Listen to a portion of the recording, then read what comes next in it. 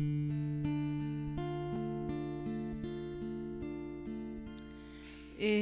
vim para escutar, aleluia, tua palavra, tua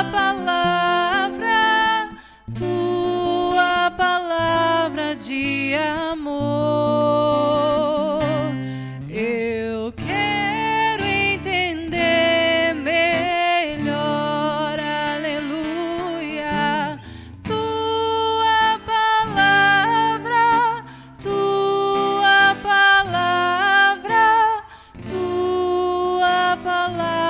de amor.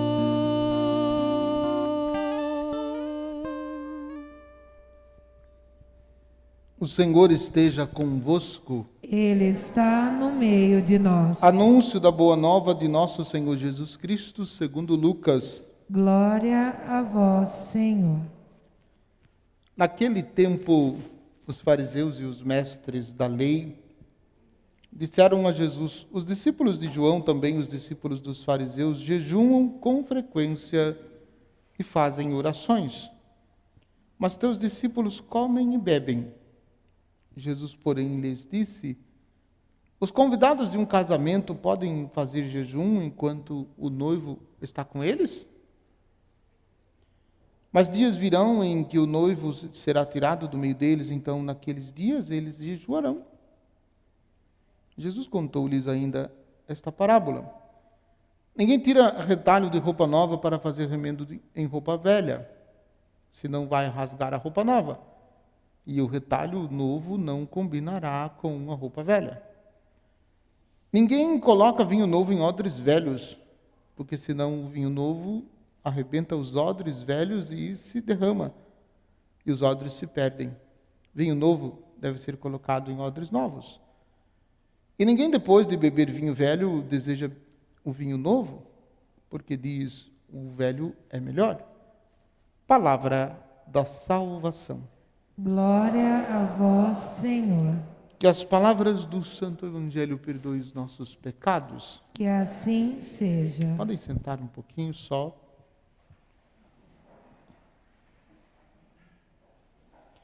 Quando os fariseus e os mestres da lei perguntam a Jesus por que os discípulos de Jesus não faziam jejum naquela época, a resposta de Jesus é uma resposta significativa.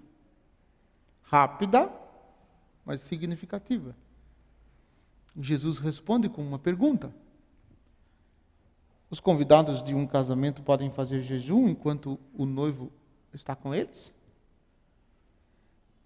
Interessante essa pergunta, porque Jesus aqui, ele está se colocando como noivo. Como ele ainda não passou pelo mistério da paixão, ele está dizendo que, enquanto ele está com os seus discípulos, os discípulos não precisam fazer jejum.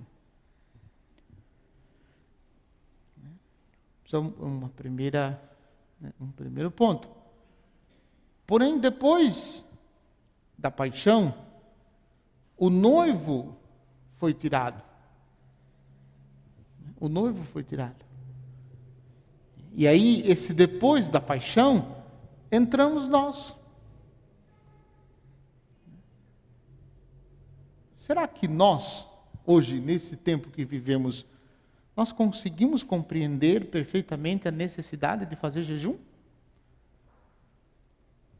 Talvez a gente considere que isso é uma coisa fora de moda, uma coisa ultrapassada, que nos dias de hoje não se precisa mais fazer jejum, como não se precisa mais fazer penitência por conta dos pecados. Não, hoje vivemos num outro tempo, um tempo moderno. E essa presença, quando o noivo está presente, não se faz jejum. Aqui a gente poderia, forçando um pouquinho o texto, aplicar isso com o nosso preparo para a Santa Missa. Isto é, qual a importância que de fato a missa tem na nossa vida? Se é importante, como nos preparamos? Será que a gente consegue observar aquilo que dizia o ensinamento da igreja, uma horinha antes da comunhão, a gente guardar jejum? E uma hora depois da comunhão, a gente guardar também jejum? Talvez essa seja uma realidade que pouquíssimas pessoas, para não dizer que ninguém, mas são pouquíssimas pessoas que observam. De modo que já não se dá tanto valor. Isso falando somente na preparação da missa. Mas falando de uma realidade mais profunda, mais abrangente, se a gente for perguntar, se a gente for pesquisar para as pessoas, quem são as pessoas que ainda hoje vivem a prática do jejum, eu acho que a gente vai ficar um pouco decepcionado com a resposta. Esse é um primeiro elemento. Depois, um outro elemento que também aparece na própria frase é sobre a vida de oração. E aqui também é uma outra realidade desafiadora. Porque nós, porque somos cristãos, porque somos discípulos de Jesus, naturalmente deveríamos ser especialistas em oração. Ou deveríamos ter uma vida marcada, regada pela oração.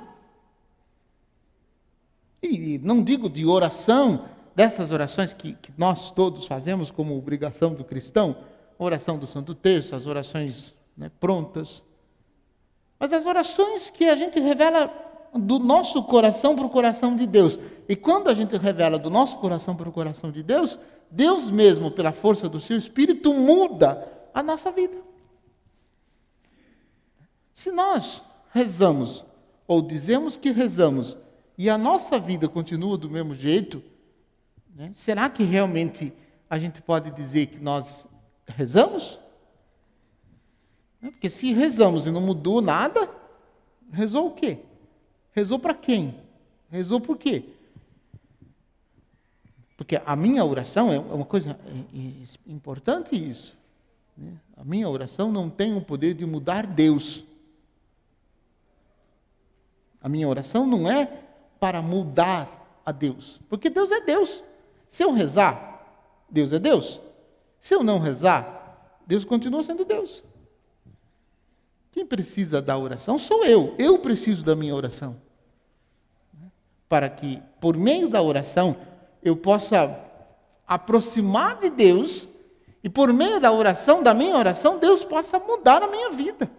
Por isso que a minha oração é importante. Por isso que a sua oração é importante.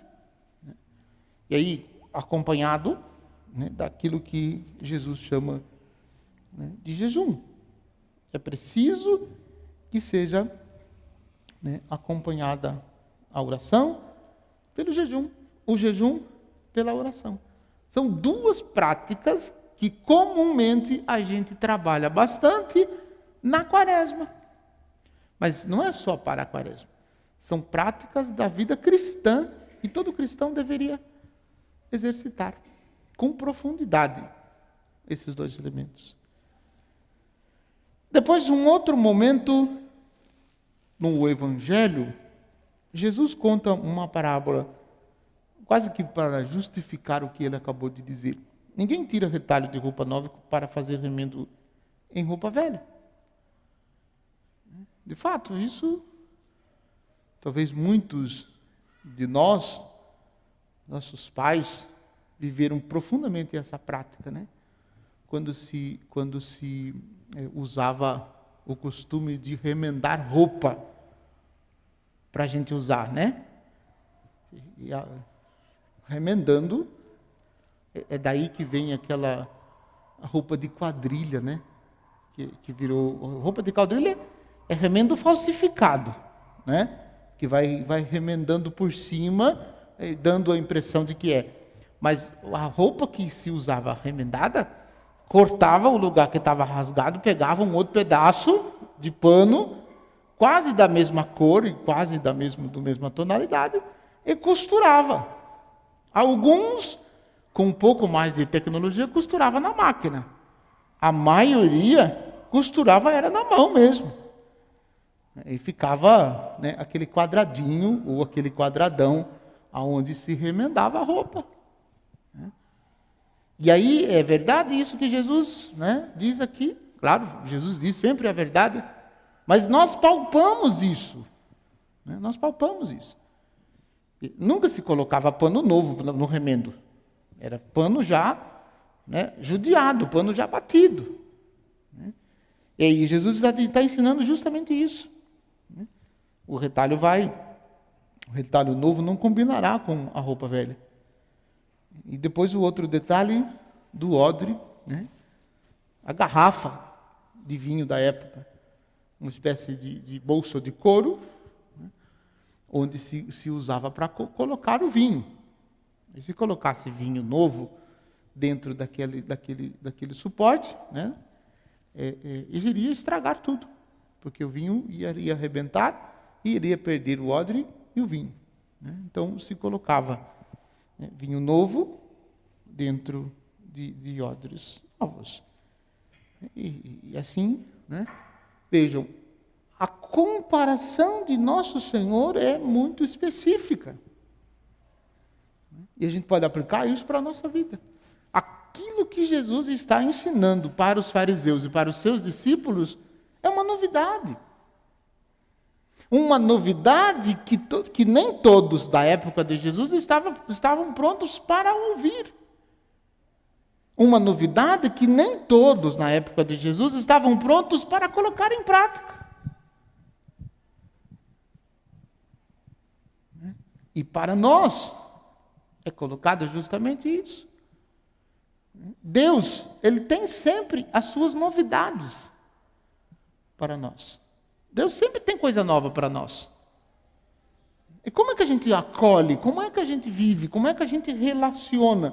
Como é que a gente faz parte dessas novidades? Ou como que essas novidades de Deus interferem na nossa vida?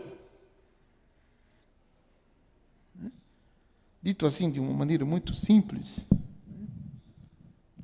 só apenas parafraseando o que Jesus disse. Então, nós precisamos de aprofundar as realidades que Deus tem. E aprofundando as realidades de Deus para nós, nós precisamos buscá-lo com mais profundidade e com mais frequência. Para que ele possa, então, fazer parte verdadeiramente da nossa vida. Por isso, a nossa vida de oração, como eu dizia, a nossa oração deve mudar, né, o nosso comportamento. Deve permitir que Deus mude o nosso comportamento. E nos aproximarmos cada vez mais dele para fazer aquilo que ele deseja que nós façamos. Então, que o nosso coração seja transformado, que nós sejamos sensíveis às graças e às novidades do Senhor Deus, né, para que a gente possa continuar dando o nosso testemunho de Jesus, tornando-o conhecido e amado no mundo. Louvado seja nosso Senhor Jesus Cristo. Para sempre seja louvado. Irmãos e